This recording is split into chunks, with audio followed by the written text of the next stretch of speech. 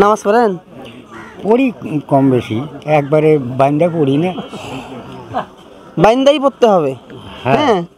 কারণ কি আমরা আমরা জেনেছি যে এই একতা এলাকায় যে কিছু মানুষ মুসলিম থেকে খ্রিস্টান হচ্ছে, এটা কি সত্যি?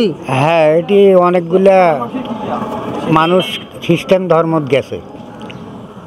এটা আমাদের জন্য দুর্ভাগ্য যে আমরা এত সুন্দর একটা ধর্ম পেয়েছি, হ্যাঁ, ইসলাম ধর্ম।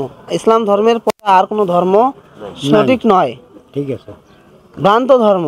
হ্যাঁ। আমরা এরকম ধর্ম ত্যাগ করে কিছু টাকা অর্থের লোভে আমরা এই ধর্ম ত্যাগ করতেছি। এই জন্য এটা আমাদের দুর্ভাগ্য।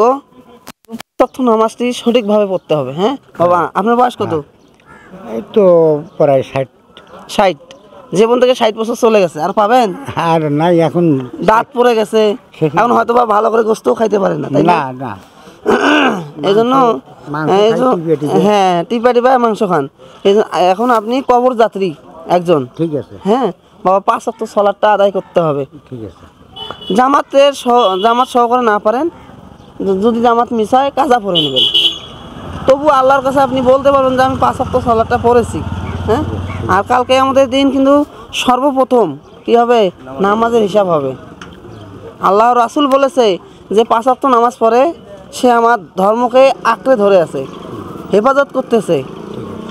তাহলে আমাদের এলাকায় ইহুদি খ্রিস্টান ঢুকে গেছে।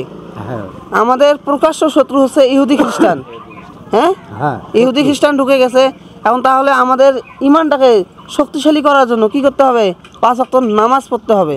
কারণ আল্লাহ তাআলা নিজেই বলেছেন কোরআন কারীমে, আনকাবুত সূরাতে, কি ইন্নাস সালাতা তানহা আনিল ফাহশাই ওয়াল মুনকার। নামাজ সকল খারাপ কাজ থেকে আমাদের কি বাঁচিয়ে রাখে, হ্যাঁ। তাহলে নামাজ পড়লে আমরা কোনো ইহুদির দালাল, ইহুদি খ্রিস্টানদের চক্করে পড়বো না। শুকরিয়া আপনাকে অসংখ্য ধন্যবাদ।